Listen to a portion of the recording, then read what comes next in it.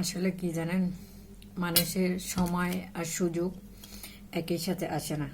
মানুষের যখন টাকা থাকে, এক সময় মানুষের হয়তো কষ্ট করতে করতে বা পরিশ্রম করতে করতে একসময় মানুষের টাকা হয়ে যায়, কিন্তু যখন ওই টাকাটা হয় তখন মানুষের ওই সুযোগ সময়টা থাকে না। তখন যে হয়তো সে বয়স্ক হয়ে যায় বা অসুস্থ হয়ে যায় বা কোনো একটা প্রবলেমে থাকে, তখন মানুষের ওই সুযোগ সময়টা হয়ে ওঠে না। তো মানুষ আসলে কি জানেন, বয়স থাকতে সব কিছু করা উচিত। আনন্দ আনন্দ ঘোরাফেরা, আপনার সব কিছু করা উচিত। কেননা বয়সটা যদি চলে যায়, মানুষ টাকা পয়সা দিয়ে কি করবে? টাকা পয়সা হয়তো হ্যাঁ, বৃদ্ধকালে যদি ছেলে মেয়েরা না দেখে, তখন অবশ্যই বৃদ্ধকালে টাকা পয়সার প্রয়োজন হয়, কিন্তু টাকা পয়সা থাকলে যখন বয়স থাকে তখন একটু আনন্দ করা উচিত। না হলে নিজের আনন্দটা যদি নিজেই করতে না পারেন, এককালে আপনার টাকা পয়সা থাকবে অথচ আপনি কিছুই করতে পারবেন না। আপনার মনে চাইলেও তখন ইচ্ছা করবে না যে আমার টাকা পয়সা আছে, কিন্তু আমার মনে চায় না যে আমি একটু ঘুরবো, রেস্টুরেন্টে যাব, খাবো বা কিছু একটা করব। তখন শরীরে আসলে একটা অলসতা চলে আসে।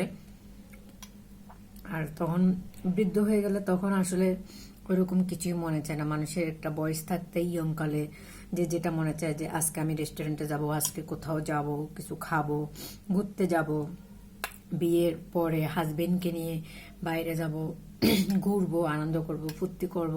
আসলে মানুষের জীবন এটাই, মানুষ কয়দিন বা বাঁচে। যদি মানুষ সারা জীবন বেঁচে থাকতো, তাহলে মানুষের জীবনে অনেক কিছু করতে চাইতো, যে হ্যাঁ এটা আমার ভবিষ্যতের জন্য। এখন মানুষ কয়দিন বাঁচে বলেন? মানুষের হায়াত মহৎ মৃত্যু সবই আল্লাহর হাতে। তারপরও মানুষের এখনকার দিনের মানুষের আয়ুটা খুবই কম।